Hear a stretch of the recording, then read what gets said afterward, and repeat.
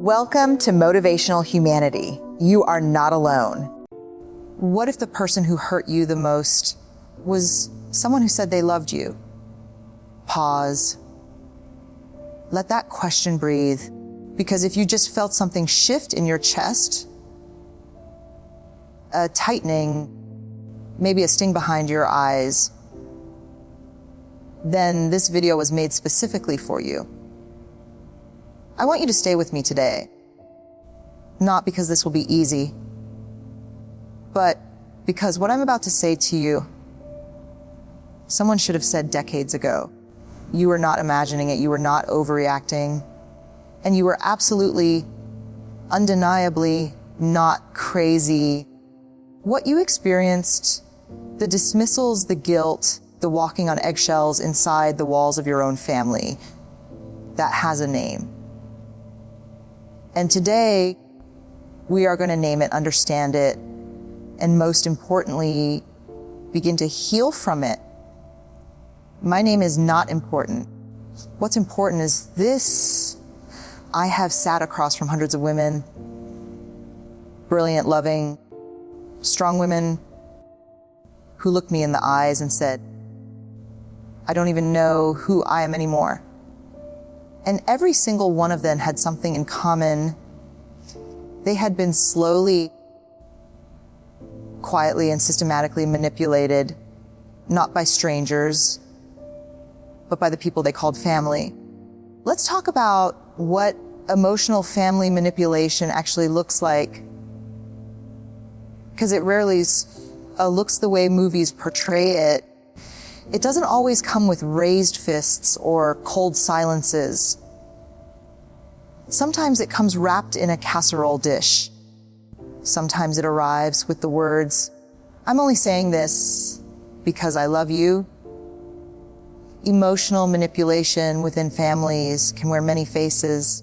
And the reason it's so difficult to recognize, even decades later, is because it was normalized. It was the weather of your household. You didn't question rain. You just got wet. Let me describe some of the faces it wears. And as I do, I want you to notice what happens in your body. Notice if your jaw tightens. Notice if you exhale slowly, the way you do when someone finally understands. Face one, the guilt architect. This is the family member, perhaps a mother, a sister, a spouse who made you responsible for their emotional well-being. You became the container for their pain. Their happiness was your job. Their sadness was your fault. And if you ever dared to say no, even gently, even lovingly, the air in the room changed. You felt it. That horrible cold withdrawal, that sigh, those words, after everything I've done for you, did you spend years calculating how to deliver even the simplest truths just to avoid that feeling? Did you rehearse conversations in your head before you made a phone call to your own mother, your own daughter? That is not love with conditions. That is control dressed in the clothing of love. Phase two, the reality rewriter. This is gaslighting, and it is perhaps the cruelest gift that a manipulative family member can give you, because they didn't just hurt you, they convinced you that the hurt didn't happen. You're too sensitive. That's not what I said. You always exaggerate. You're remembering it wrong. After years, sometimes decades of having your reality rewritten, something quietly devastating happens. You stop trusting yourself. You stop trusting your own memory, your own perception, your own feelings. You begin to ask everyone else for permission to feel the things you already feel. And that erosion of self-trust is the most lasting wound of long-term emotional manipulation. But here is what I need you to Here, a compass that has been confused by a magnetic field is not a broken compass. You are not broken. Your instincts are still there. Quieted, perhaps, buried under years of being told they were wrong. But they are there. And today we begin to listen to them again. She didn't lose herself all at once. She handed herself away, one small surrender at a time, and always hoping that her sacrifice would finally be enough to earn their peace. It never was, because that was never the real request. Phase 3, the loyalty trap. This one lives in the marrow of so many women in our generation. We were raised beautifully, faithfully, to believe that family is everything. And it is. Family can be a sanctuary, a cathedral of belonging, but someone along the way twisted that truth into a weapon. Family is everything became family is everything you must sacrifice yourself for. Loyalty became a cage, and questioning the cage, even quietly, in a journal, in a therapist's office, felt like betrayal. Let me say something clearly, and I want you to let it land fully before you move past it. Recognizing that a family member has hurt you is not disloyalty. It is the beginning of the most courageous act of your life, telling yourself the truth.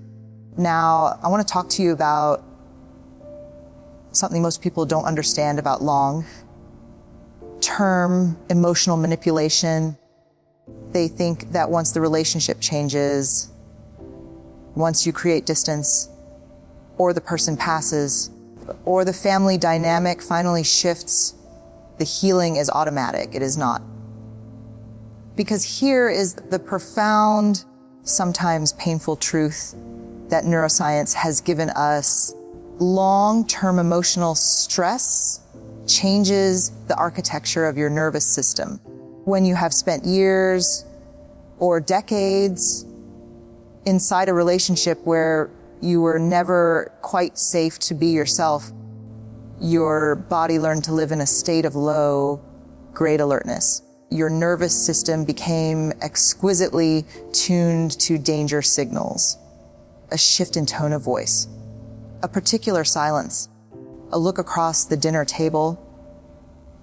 You became, in the most literal neurological sense, a student of their moods. Because reading their moods correctly, appeasing them, anticipating them, was how you kept yourself safe. And that skill, that exhausting, beautiful, heartbreaking skill, did not disappear when the threat did. You may still notice yourself shrinking in certain conversations, still scanning for signs of disapproval, still over-explaining, over-apologizing, still holding your breath when you share an opinion, waiting for the rebuttal that may never come. That is not weakness. That is the residue of a very old, very understandable survival strategy. And like all residue, it can be gently, patiently cleaned away. This is why healing from long-term emotional family manipulation is not simply an emotional process. It is a somatic one. It lives in the body. It lives in the held jaw, the hunched shoulder, the stomach that tightens before a family gathering. And true recovery, real lasting recovery, means learning to speak to that body with the same grace you would offer a frightened child. We will talk about how to do that. But first, I need to pause and I need to ask you something. Is there someone in your life right now, a sister, a dear friend, a woman from your church or your neighborhood, who you know is carrying this weight alone? Who has tried to describe her family situation and been met with, but they mean well, or That's just how older generations show love. If you know someone like that, will you share this video with her? Right now, before you go any further, because sometimes the most powerful thing we can do for another woman is simply say, I saw this and I thought of you. You are not alone. Now that we understand where this wound lies in the body, let's go a little deeper into the psychology, because one of the most disorienting aspects of long-term family manipulation is that the people who practiced it were rarely intentional villains. This is perhaps the most difficult truth we must sit with. Most emotional manipulators within families were themselves manipulated. They learned these patterns at their own mother's knees, in their own father's silence, in their own marriages and disappointments and then unhealed wounds. That does not excuse the harm. It never excuses the harm. But it does something almost more important than excusing it. It explains it. And explanation, not the same as forgiveness, not required of you today or ever. But explanation gives us the gift of understanding that we were not targeted because we were unworthy. We were targeted because we were available, because we were close, because we loved them. The pattern of triangulation. Some of you will recognize this immediately. Triangulation is when a third party is regularly introduced into a two person conflict. Perhaps your mother consistently told you what your sister really thought of you, and told your sister what you really thought of her, keeping both of you off balance. Both of you competing for her approval, both of you coming to her to understand your own relationship. The effect is devastating and ingenious in its terrible simplicity. It keeps everyone isolated, everyone dependent on the central figure, and everyone questioning their own relationships with each other. Does this feel familiar? The family member who was always the interpreter of everyone else's feelings, the one everyone had to go through, the pattern of conditional acceptance. This pattern is particularly wounding for women who were raised in faith traditions because it can masquerade so convincingly as virtue.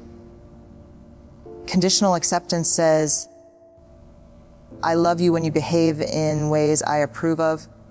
I withdraw when you do not.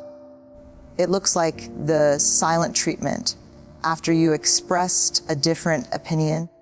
It looks like warmth and sweetness restored the moment you capitulated.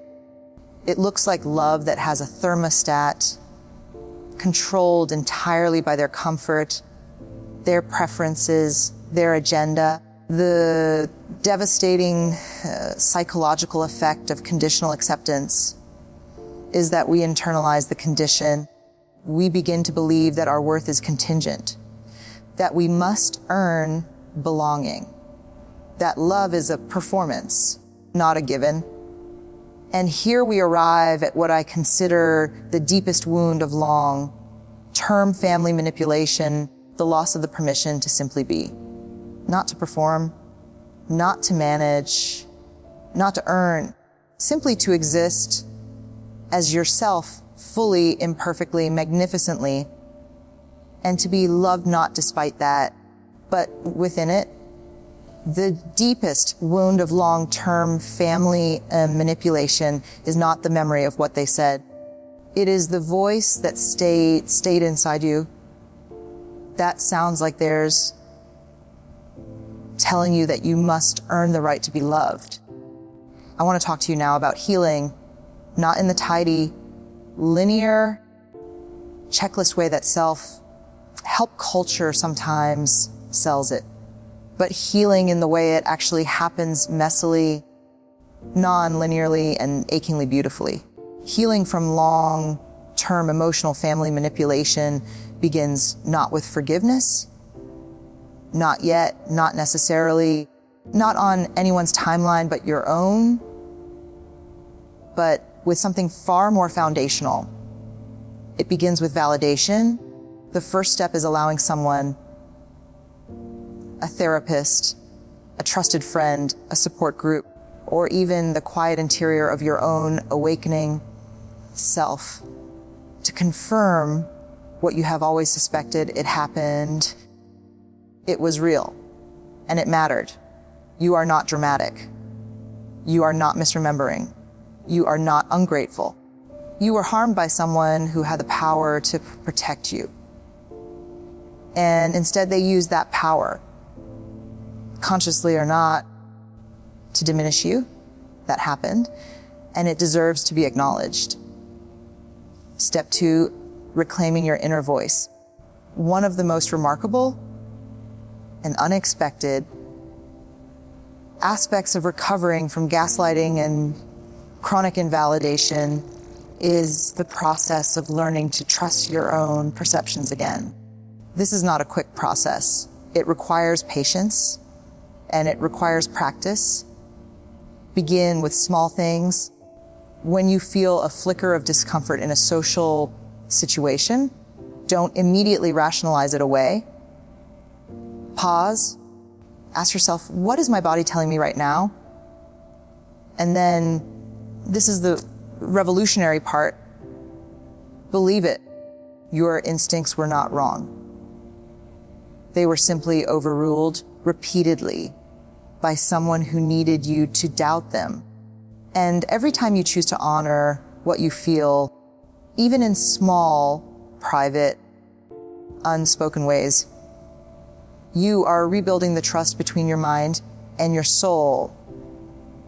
Step 3, building your sanctuary. Every woman recovering from long-term family manipulation needs to build deliberately and tenderly what I call a sanctuary. Not a physical place necessarily, though that can be part of it. A sanctuary of relationships, of practices, of habits that say to your nervous system, here you are safe. Here you do not need to perform. Here you are enough. This might look like a weekly walk with a friend who never makes you feel small, a morning practice of prayer or journaling that belongs entirely to you, a support group of women who understand, not because they've read about it, but because they've lived it. And it means being extraordinarily selective with a fierce and loving selectivity about who receives the gift of your full self. Not everyone has earned that. Not everyone deserves access to your most tender places. And drawing that boundary is not coldness, it is grace. Step 4, the revolution of boundaries. I want to spend a few minutes on boundaries because this word gets used so frequently that it has almost lost its weight. So let me restore its weight for you today. A boundary is not a wall. A boundary is not punishment. A boundary is not the end of love. A boundary is a declaration of your own reality. It says, this is where I end and you begin. This is what I will participate in, and this is what I will not. Not because I don't love you, but because I love myself enough to protect the person I am still becoming. Setting boundaries with family members who have manipulated us for years is one of the most terrifying and the most liberating things a woman can do in the second half of her life. And I want to be honest with you, it is often met with resistance. Sometimes rage, sometimes guilt, sometimes that most sophisticated of manipulations, the performance of woundedness. They may say, I can't believe you would do this to me. And you may feel that old familiar tug, that guilt, that internal voice asking, am I being too much? Am I being cruel? And in that moment, I want you to remember this. The person who taught you to feel guilty for having needs, and a reliable narrator on the subject of your needs, you are allowed to set boundaries without a justification, without a lengthy explanation, without their approval. This doesn't work for me. I'm not available for that. I love you, and I'm not going to participate in this. These sentences are complete. They need no footnotes. A boundary is not a wall you build to keep love out. It is a door with a handle on the inside that only you control. You are not closing them out. You are finally letting yourself in. I have to talk to you about grief, because in every conversation I've ever had with a woman recovering from long-term family manipulation, grief arrives, sometimes expected, sometimes shockingly, as part of the healing. You are not only grieving the wounds inflicted, you are grieving the relationship you deserved but did not receive. The mother who should have said, I believe you. The sister who should have stood beside you. The marriage or family dynamic that should have been a harbor and instead was a storm. That grief is real, and it deserves to be honored, not rushed, not bypassed, not told to hurry up in the name of healing. You are allowed to grieve what you deserved and did not receive. That is one of the most sacred griefs there is. Now, forgiveness. I want to say something about forgiveness that may challenge what you've been taught.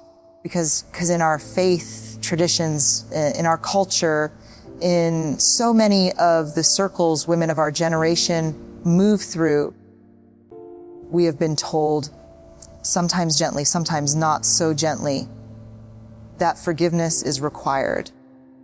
That it is the hallmark of a good woman, a strong woman, a Christian woman, a healed woman. And I don't want to argue with that entirely. I think forgiveness, true forgiveness, not the performance of it, can be one of the most liberating acts available to a human soul. But I want to offer you a distinction that I think is worth its weight in gold. Forgiveness is for you. It is not for them. Forgiveness does not mean reconciliation. It does not mean re-establishing contact. It does not mean pretending the harm did not happen. It does not mean they were right. Forgiveness, in its truest, most psychologically integrated form, is the moment when you decide to stop allowing their actions to continue to govern your present life. It is the quiet interior choice to set down the hot coal that has been burning your hand. And that moment, it may not come with trumpets. It may not feel the way you expect. It might arrive quietly on an ordinary Tuesday while you're making breakfast. A small interior exhale, a faint sense of I am no longer carrying that.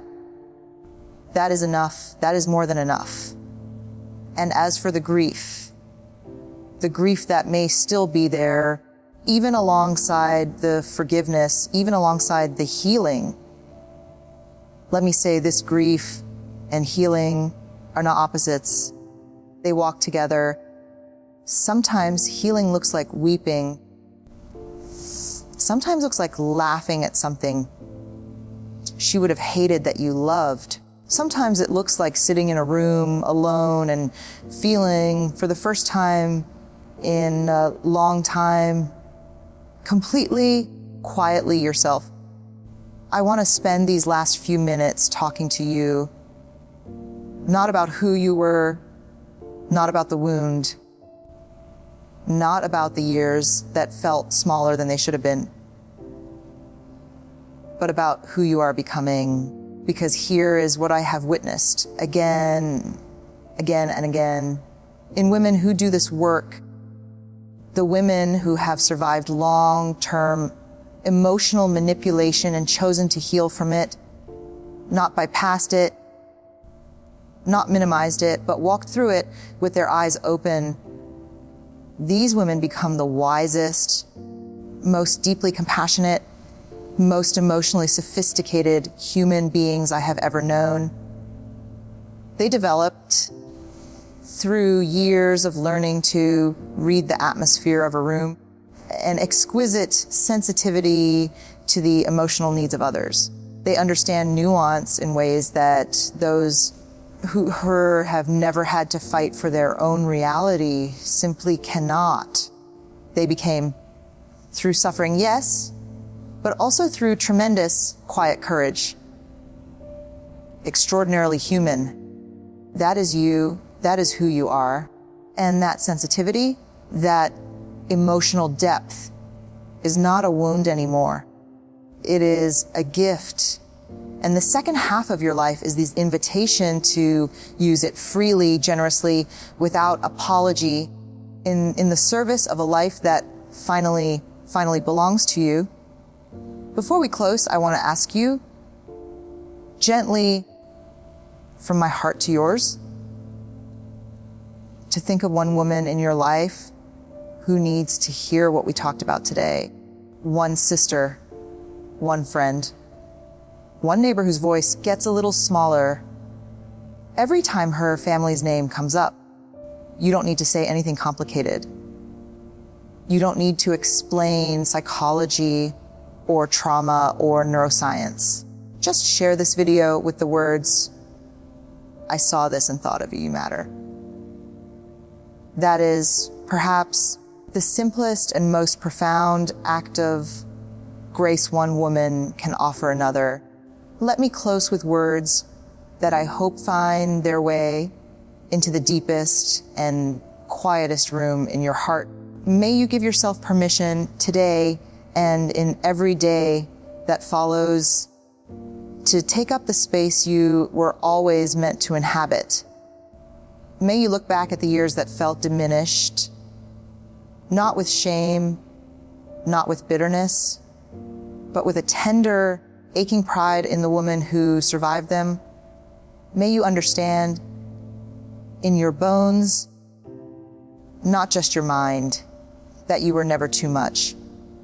You were surrounded for too long by people who were not enough. Not enough in their own healing, not enough in their own courage to love you the way you deserved. May your boundaries be gentle where they can be and firm where they must be. And may you never again confuse the word no with the absence of love. May your healing not be linear. May it surprise you. May it arrive on an ordinary afternoon in the form of a laugh that comes from somewhere deep and unguarded and entirely your own. And may you, on this day, simply rest in the knowing that you are worthy of every good thing, not because of what you have done or how well you have managed or how little space you have taken up, but because you are here, because you have endured, because you chose against considerable odds to keep your heart open. That is enough. You are enough. You have always been enough. Go gently, dear one. The sanctuary you've been searching for, you are building it right now with every brave and tender choice. Go gently. And know you are not alone.